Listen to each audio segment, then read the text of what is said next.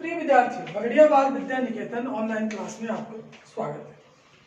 पिछले अध्याय में हमने संज्ञा के बारे में पढ़ा, संज्ञा का अर्थ, संज्ञा की परिभाषा, संज्ञा के भेद, इनके बारे में पढ़ा। आज का अध्याय आगे पढ़ने से पूर्व मैं पहले के अध्याय के बारे में आपको थोड़ा सा बता देता हूँ।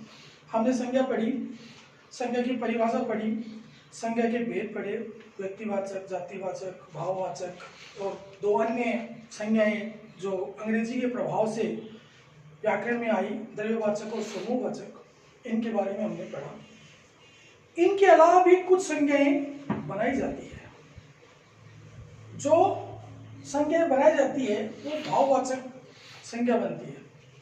ये संज्ञाएं चार तरह से बनाई जाती है। पहली है जातिवाचक संज्ञा से, दूसरा सर्वनाम से, उसके बाद विशेषण से, फिर क्रिया से और कुछ अवयव से भी संज्ञाएं बनाई जाती है। हम अभी कुछ उदाहरण की सहायता से इन संज्ञाओं को बनाना सीखते हैं, समझते हैं। सबसे पहले जातिवाचक संज्ञा से भाववाचक संज्ञा बनाना। एक तरफ जातिवाचक संज्ञा 4 लिखी हुई है, 4 उसकी भाववाचक संज्ञा बनाई है। ये संज्ञा जब बनाई जाती है तो इनमें कुछ विभक्ति, उपसर्ग, प्रत्यय की सहायता से ये संज्ञाएं बनती है। जैसे यहाँ मित्र है, ये एक जातिवाचक संज्ञा है। इसमें ता प्रत्यय लगते ही ये मित्रता बन गया, ये भाववाचक संज्ञा बनी। यहाँ खेत जातिवाचक संज्ञा है, इसमें ई प्रत्यय लगते ही ये खेती बना, ये भाववाचक संज्ञा बनी। बच्चा से बचपन, मानव से मानवता, इस तरह से 4 जातिवाचक संज्ञा से 4 भाववाचक संज्ञा बनाकर यह समझाने की कोशिश की जा रही है कि जातिवाचक संज्ञा से भाववाचक संज्ञा कैसे बनती है। इसके अलावा भी बहुत सारी जातिवाचक संज्ञाओं से भाववाचक संज्ञा बनती है। दूसरा है सर्वनाम से भाववाचक संज्ञा बनाना। सर्वनाम आपने पिछले क्लासों में पढ़े होंगे। जो संज्ञा और सर्वनाम से जो भाववाचक संज्ञा बनती है, उनके 4 उदाहरण नीचे दिए गए हैं। अपना एक सर्वनाम है, इससे अपनापन भी बनता है और अपनत्व भी बनता है। निज, इसमें ता प्रत्यय लगा के निजता बनाई गई है, भाववाचक संज्ञा। पराया, इसमें परायापन बनाया गया है, आप से आपा बनाया गया है। इन 4 उदाहरणों से समझाने की कोशिश की गई है कि सर्वनाम से भाववाचक संज्ञा कैसे बनाया जाए। तीसरा है विशेषण से भाववाचक संज्ञा बनाना।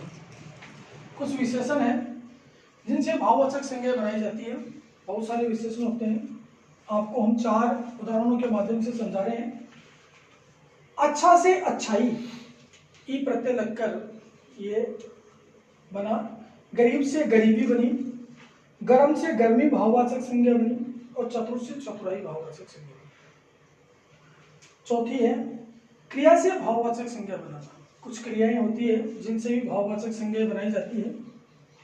जैसे उड़ना एक क्रिया है और इसकी भाववाचक संज्ञा बनी है उड़ान। जीतना और भाववाचक संज्ञा बनी है जीत। थकना भाववाचक संज्ञा बनी है थकावट। जलना भाववाचक संज्ञा बनी है जलन। इसके अलावा 5 भी अवयव भी होते हैं, उस अवयव से भी भाववाचक संज्ञा बनती है। जैसे तीव्र एक अवयव है, उससे संज्ञा बनती है तीव्रता। उसके बाद दूर एक अवयव है, संज्ञा बनती है दूरी। इस तरह से अन्य भी बहुत सारे उदाहरण हैं। जैसे शीघ्र, हम शीघ्र बोलते हैं, वो एक अवयव है, उससे भी संज्ञा बनती है शीघ्रता। उसके अलावा मंद मतलब कम, उससे एक संज्ञा बनती है मंदी। ये भाववाचक संज्ञा है, ये अवयव से संज्ञा बनती है। विद्यार्थियों, आज अपना अध्याय 4 संज्ञा यहाँ पूर्ण रूप से समाप्त होता है।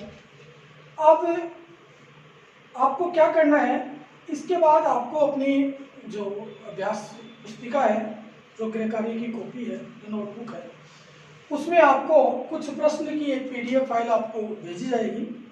उस PDF फाइल में से प्रश्न लेकर, अभ्यास प्रश्न लेकर आपको करना है। करना कैसे, वो थोड़ा सा मैं तरीका बता देता हूँ जो अपने स्कूल में, विद्यालय में चलता है। आपको अपने पेपर के ऊपर जिस दिन आप वर्क कर रहे हो उस दिन की दिनांक लगानी है। पेपर के बीच में, कॉपी के बीच में आपको अध्याय संज्ञा लिखना है। उसके बाद नीचे आपको उससे शुरुआत करनी है, प्रश्न उत्तर। जहाँ तक संभव हो 2 कलर का आप पेन का यूज करें। प्रश्न लिखिए ब्लैक से और ब्लू से आप अपना उत्तर लिखिए। प्रश्न आपको पहुंचा दिए जाएंगे। वैसे मैं कुछ प्रश्न बोल भी देता हूं जो हम आपको देने वाले हैं, उन प्रश्नों को आपको करना है। ये गृह कार्य आप कर अपने पास संचित सुरक्षित रख लीजिए और इसका बार बार रिवीजन करते रहिए, क्योंकि आने वाली परीक्षाओं में ये सब आपसे पूछे जाएंगे। इन प्रश्नों में संज्ञा वाले जो अध्याय है, इसमें पहला प्रश्न होगा संज्ञा किसे कहते हैं, उदाहरण सही समझाइए। आपको संज्ञा की परिभाषा लिखनी है, उसके बाद एक उदाहरण देना है। उदाहरण वो देना है जो आपके नोट्स में नहीं है, आपको खुद को बना के देना है, आपको कहीं से लेना नहीं है, दिमाग लगाकर अपना बनाना है। मात्राओं और अक्षरों की सुंदरता का ध्यान रखें, स्पष्ट लिखिए। दूसरा प्रश्न है कि संज्ञा के भेद लिखो। सिर्फ भेद ही लिखने हैं, नाम ही लिखने हैं, उपभेद भी लिखने हैं, समूहवाचक द्रव्यवाचक भी लिखने हैं। उसके बाद प्रश्न प्रत्येक संज्ञा से पूछा जा सकता है, जैसे जातिवाचक संज्ञा किसे कहते हैं, उदाहरणवाचक समझाइए। व्यक्तिवाचक संज्ञा किसे कहते हैं, उदाहरणवाचक समझाइए। भाववाचक संज्ञा किसे कहते हैं, उदाहरणवाचक समझाइए। एक आपको क्रियात्मक कार्य के लिए एक कहानी दी जाएगी, उस कहानी में बीच बीच में छोड़ दी जाएगी, जहां पर आपको उस कहानी को पूरा करना है उस संज्ञाओं के माध्यम से।